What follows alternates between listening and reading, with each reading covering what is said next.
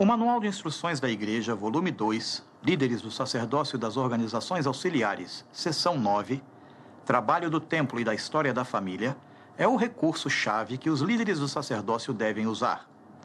Esta seção trata sobre as responsabilidades dos líderes do sacerdócio com respeito à história da família. Na seção sobre o templo e história da família do manual, os líderes do sacerdócio aprendem as doutrinas da obra do templo e da história da família,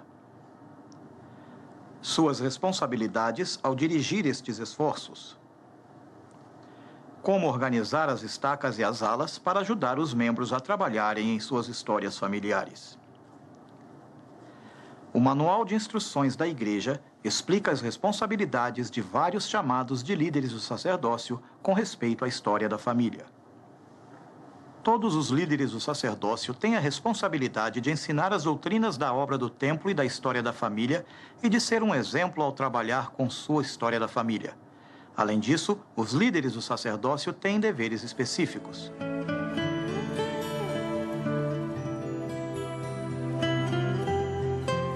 A presidência da estaca designa um ou mais membros do Sumo Conselho para ajudar na supervisão da obra do templo e história da família na estaca. O membro da presidência da estaca designado para a história da família recebe um relatório regular do membro do Sumo Conselho que supervisiona esta obra sobre as atividades de história da família. O membro do Sumo Conselho designado para a história da família deve buscar informar-se a fundo sobre a obra do templo e sobre a história da família. Pode fazer isto lendo a seção sobre a obra do templo e a história da família no Manual de Instruções da Igreja e no Guia Administrativo da História da Família. O membro do Sumo Conselho designado para a história da família tem vários papéis de importância na estaca. Assegura-se que a estaca proporciona para as alas e ramos os recursos necessários para ajudar os membros com a obra do templo e a história da família. Supervisiona a extração de dados de registros familiares e os centros de história da família na estaca. Recomenda membros para serem chamados como diretor do Centro de História da Família, diretor de extração de registros familiares, diretores assistentes e extratores. Designa as alas e ramos para que forneçam pessoal para o Centro de História da Família da estaca.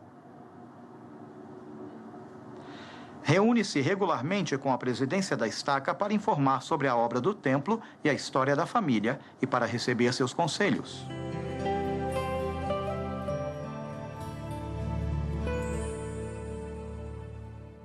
Os membros do bispado chamam e designam uma quantidade suficiente de consultores de história da família para satisfazer as necessidades de sua ala. Entregam aos consultores de história da família nomes de pessoas e de famílias que precisam ser ajudadas com suas histórias da família. Entrevistam membros novos e jovens, quando seja apropriado, e entregam uma recomendação de uso limitado com o propósito de que eles possam ir ao templo para serem batizados em favor de seus antepassados e outras pessoas falecidas. Podem solicitar a um consultor que ensine a classe de história da família da escola dominical. Recebem relatórios periódicos do líder de grupo dos sumos sacerdotes sobre o trabalho da ala na obra do templo e na história da família. O líder do grupo dos sumos sacerdotes coordena a obra do templo e história da família na ala. Recomenda ao bispado as pessoas que poderiam servir como consultores de história da família. Proporciona direção aos consultores de história da família e trabalha em conjunto com o Comitê Executivo do Sacerdócio e o Conselho de Ala para identificar pessoas e famílias as quais poderiam ser ajudadas pelo consultor de história da família.